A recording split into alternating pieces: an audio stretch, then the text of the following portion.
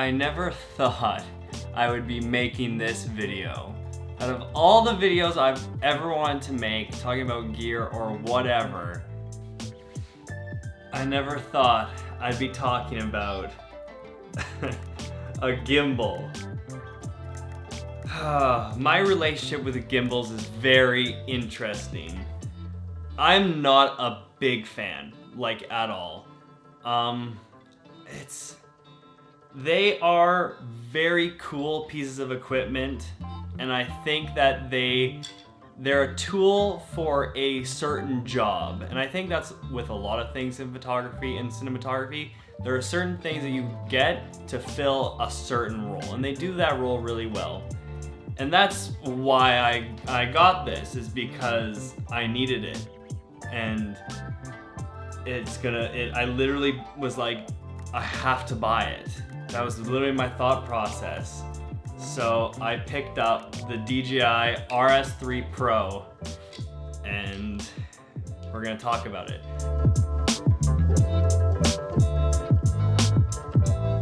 Now, before we get into this video, this is not an in-depth review. This is not going over all the settings and everything it does. This is like a first impressions video of using this coming from the first version. I had the very first Ronin, and I didn't like it.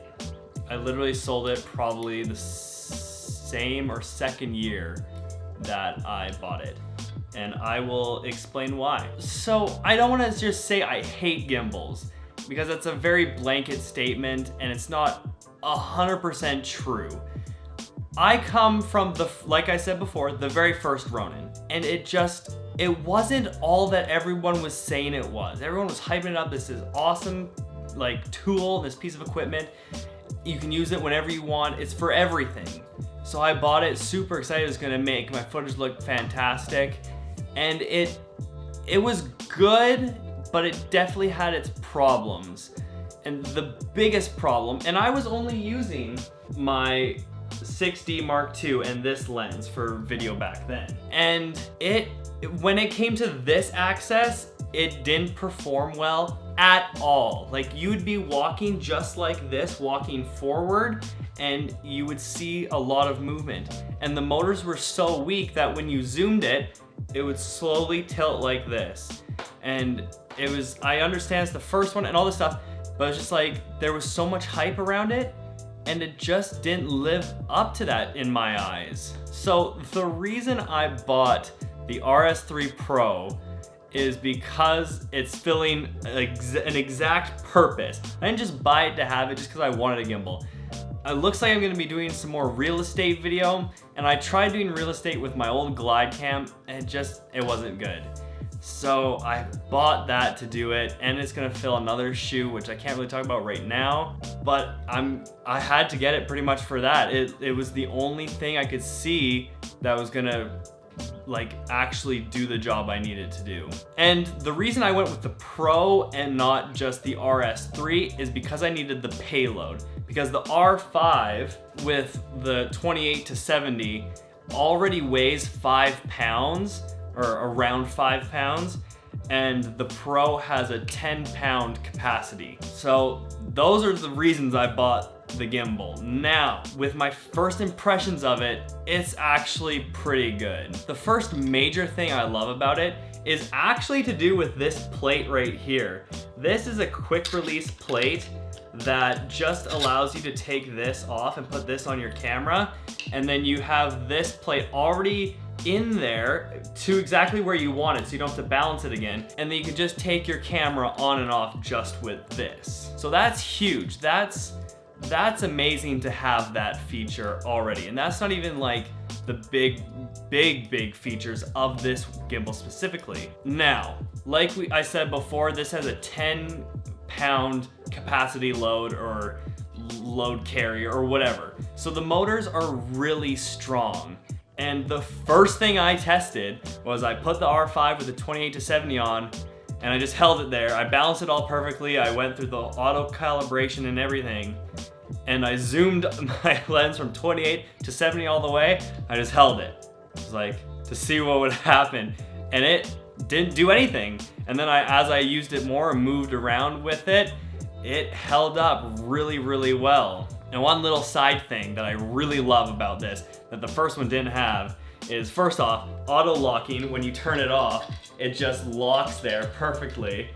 And you can flip these switches, these little guys right here, and you can move it. And then you can lock it. When you're balancing it, you can just lock off every other axis other than the one you're balancing, and it makes balancing so easy. Now, another awesome feature that I really love is this bad boy right here.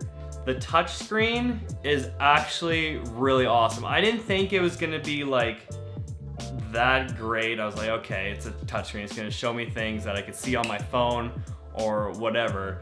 It's actually really killer. It not only does it actually work well for the little screen that it is, but you have everything in there and you can do everything, and you don't even really have to use your phone. You can, and I do sometimes because sometimes it's nicer to use your phone, but it's just a whole package. And I love things that are just all built in and you don't have to use any other outside resource to use it. Now, those are the things I really like about it. I haven't used it enough to like have any major complaints, but using this gimbal is really, really awesome. This suitcase carry handle that it comes with, come on, don't focus on me. This is really nice. This helps with the heavier payloads of like the bigger camera. It is really nice. You get really stable and have a lot of control with it. And just the overall use of this gimbal, it just works really well. It seems like it's easier to use, which of course that should be obvious. The first one came out what, like 5+ years ago? Even like, so the fact that this has all these features, people are gonna be like, Johnny, you shouldn't be surprised. But I just thought that gimbals were kind of gonna stay the same. And although the premise of it is, this is kind of what I expected the first one to be with all the hype that everyone was talking about. This works well, easy to use. It's it just feels, I don't know, it feels like it's what it's meant to be. Like this was what I wanted. I realized that not everything's gonna be perfect, and like you really have to learn the equipment to really master it. But something that like is this expensive and with all these features and stuff, it should work well out of the box. It should almost be slightly brainless in my opinion. Like DJI and their drones, they're so easy to use. I just expected the first Ronin to be that way, and it wasn't at all. This is awesome. This is actually gonna stay, and I think I can use this in other scenarios as well. But I can't believe how fun it is to use. I know I've already kind of said it's easy to use and fun to use, but when you have the camera on it and you're just moving, it feels so intuitive, and it just works so well, and that makes me very happy because this thing like runs you like $1,000, and I was really worried. I was like, okay, I'm gonna buy this for real estate videos, and yes, it's gonna pay itself off quickly, but man, if it doesn't work as well as I need it to work, that's gonna be very frustrating. And so far, it's doing exactly what I hoped it would do. Now, like I said earlier, when it comes to photography and cinematography, there's always gonna be those specific tools for a very specific job. I don't think gimbals are for everything all the time. There's people out there that are like using it for everything. Yes, I think it has a very, very good capabilities with certain things.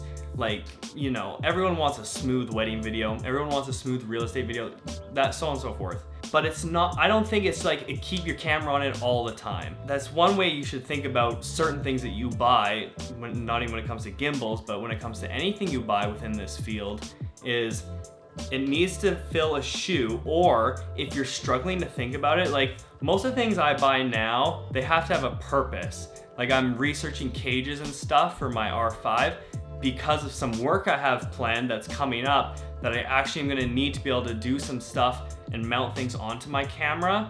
It's not just, oh, I could use a cage, that'd be cool, have a top handle. It's like, no, okay, I need a cage for mounting monitors, for mounting my microphone, you know, it goes on and on and on.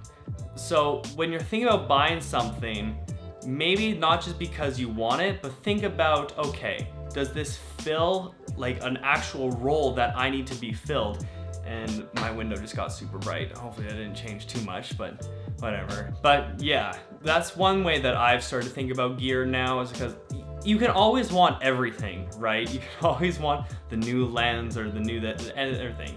And stuff comes out so often nowadays. It's like there's always a new gadget for what we do. So maybe if you're struggling to come up with something or a really good reason, maybe that's just how you need to think about it. This does something really well, and there's something that I need to be done really well, and then the meat's in the middle. But yeah, guys, that's my general thought about this gimbal. Really like it. 2 thumbs up for now. But like I said, it's just my first impressions on it. I've only had it for a couple days. But yeah, that's all from me, guys. I hope you enjoyed, and I'll see you in the next one. Peace.